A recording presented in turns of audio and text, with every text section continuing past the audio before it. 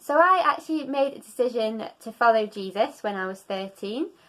We went to church from being babies. Our mum used to take us, and also our grandparents. But I never had my own relationship with Jesus or really understood what it meant to be a Christian.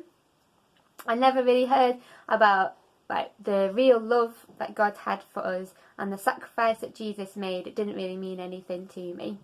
And it was only when we moved to a different church and everyone just seems really joyful and welcoming, and I heard about God's love and in a really personal way for the first time, and learned about the Holy Spirit and what that can do to you.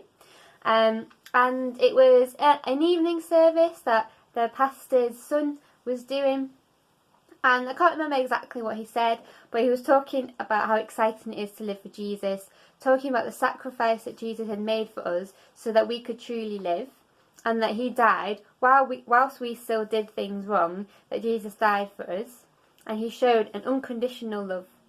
And I just remember that he said that Jesus has got a purpose for your life, and he's going to help you live life to the fullest.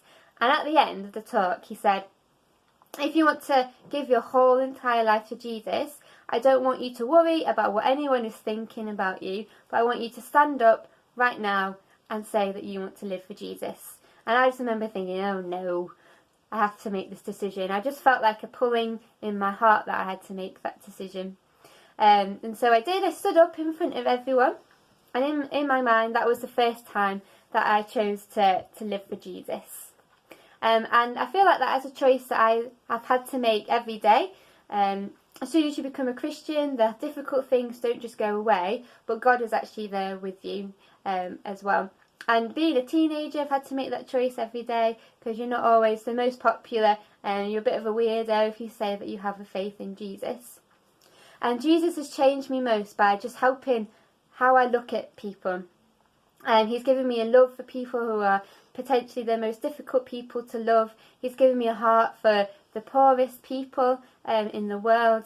And yeah, he's just given me, I want to serve him and serve the people that he loves as well. And I feel like that's the biggest thing that Jesus has done for me, and how he's changed my life. He's given me his eyes for other people. So mine's actually really similar. And I made a decision to follow Jesus in the same year that Beth did.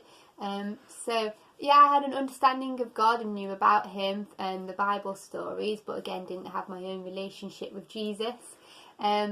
Grew up with going to primary school, and this man used to come in every Tuesday lunchtime and tell us about Jesus and the Bible stories, and we'd sing really cute songs about him. And that carried on through primary school, and then went to high school, and he invited both of us to help lead the summer camp that he did for primary school children.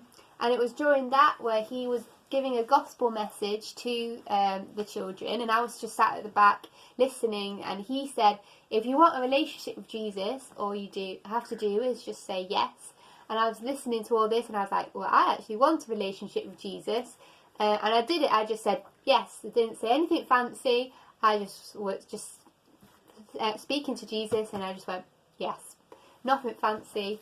And that's how I started my relationship with Jesus. Kind of from then on, I wanted to make sure that my life was revolved around him, and that he was at the centre of my life.